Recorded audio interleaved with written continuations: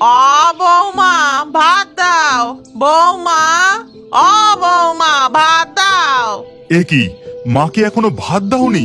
কি যে করো, এত বেলা হয়ে গেল। এই তো দিচ্ছি, সারা দিন তো শুধু ফরমাস চলে, বৌমা এটা দাও, বৌমা ওটা দাও, এটা করো ওটা করো। উফ, আমার মাথা একেবারে খারাপ হয়ে যায় শান্তিতে যদি কোনো কাজ করতে দেয়। এরপর অতসী ভাতের থালা সাজিয়ে নিয়ে শাশুড়িকে ওই খাটিয়ার উপরেই খেতে দেয়। দাঁড়াও, আগে দেখে নি কি কি রেঁধেছ। এই কথা বলে অতসীর শাশুড়ি থালায় সাজানো খাবারগুলো ভালো করে দেখে নিয়ে মুখে তোলে। ইস, ছে, এ কি স্বাদ হয়েছে! এটা রান্না হয়েছে ম্যাগো। এত অযত্ন করলে কিন্তু আমার গয়নার বাক্স দেব না।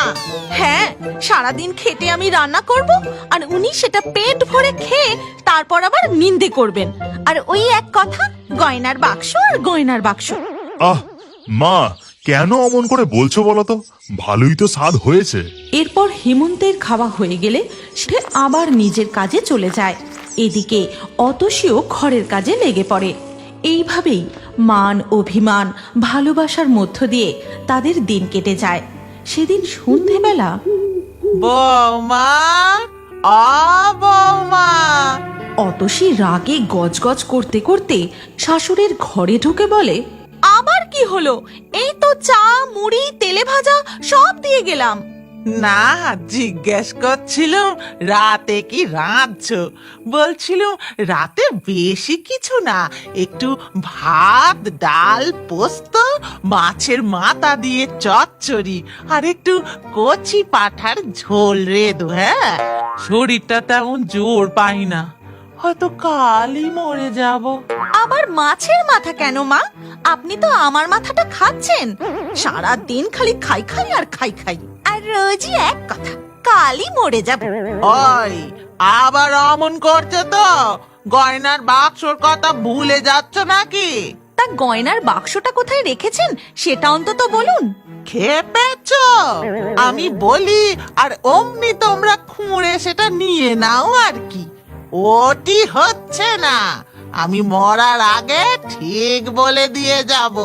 অতসী আর কোনো কথা না বলে তেলে বেগুনে জ্বলতে জ্বলতে শাশুড়ির ঘর থেকে বেরিয়ে যায়। আর এই রকম খুনসুটি নিত্যদিন বৌমা ও শাশুড়ির মধ্যে লেগেই থাকতো। পরের দিন সকালবেলা অতসী স্নান সেরে উঠানে কাপড় শুকোতে দেবার সময়, কি ব্যাপার, আজ এখনো শাশুড়ি মায়ের ঘুম ভাঙেনি? কোনো ডাকাডাকি নেই, চিৎকার নেই, বাড়িটা কেমন শান্ত শান্ত লাগছে। যাই, আমি গিয়ে দেখি একবার। এই ভেবে অতসী শাশুড়ির ঘরে ঢুকে দেখে শাশুড়ি খাটের উপর চোখ উল্টে মরে পড়ে আছে। আর তাই দেখে ছুটে ঘর থেকে বেরিয়ে সোজা বরের কাছে চলে যায়। ওগো, কি সর্বনাশ হয়েছে একবার দেখবে চলো। আমাদের মা গয়নার বাক্স কোথায় আছে সেটা না জানিয়েই মনে হয়। কি বলছো অতসী? তাড়াতাড়ি চলো ঘরে। এই কথা বলে হেমন্ত আর অতসী তাড়াতাড়ি করে তাদের মায়ের ঘরে যায়। আর সেখানে গিয়ে, মা, মা গো, এ কি হলো তোমার? কথা বলো মা, কথা বলো। দূর বাবা, এখন মা মা করে কাঁদতে বসলো। আগে দেখো না গয়নার বাক্সটা কোথায় আছে। এই কথা শুনে হেমন্ত আর অতসী গোটা ঘর খুঁজতে শুরু করে। তখন শাশুড়ির আত্মা, খোঁজ খোঁজ, ভালো করে খোঁজ, কিন্তু কিছুতেই তোরা ওই গয়নার বাক্স খুঁজে পাবি না। এই কথা বলেই শাশুড়ির আত্মা এসে অতসীকে এক ধাক্কা মারে। এ কি, তুমি আমাকে শুধু শুধু এমন করে ধাক্কা মারলে কেন? আমি আবার তোমায় কখন ধাক্কা মারলাম? নাও, এবার গয়নার বাক্স খোঁজায় রাখো, এদিকের সমস্ত কিছু ব্যবস্থা করতে হবে তো। দাঁড়াও না, আর একটু ভালো করে ঘরটা খুঁজে দেখি। এদিকে আমি মরে পড়ে রইলাম, আর ওদিকে গয়নার বাক্স খোঁজা হচ্ছে। দাঁড়া, দেখাচ্ছি মজা।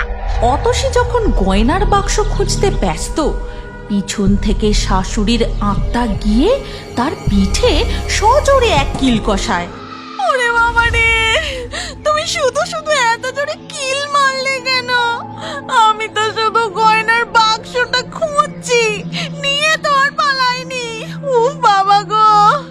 আমি আবার কখন তোমাকে কিল মারলাম? গয়নার বাক্স বাক্স করে তোমার মাথাটা পুরো গেছে দেখছি। এরপর হেমন্ত ঘর থেকে চলে যায়। তারপর সমস্ত রকম ব্যবস্থা করে মায়ের মৃতদেহ নিয়ে শ্মশানের উদ্দেশ্যে রওনা দেয়। এই গল্পের পরবর্তী পর্ব যদি তোমরা দেখতে চাও তাহলে কমেন্টে নেক্সট পার্ট অবশ্যই লেখো। আর আমাদের ফেয়ারি টুনস বাংলা ফেসবুক পেজটি এক্ষুনি ফলো করে নাও। এই গল্পটি ভালো লাগলে লাইক দিয়ে শেয়ার করে দাও।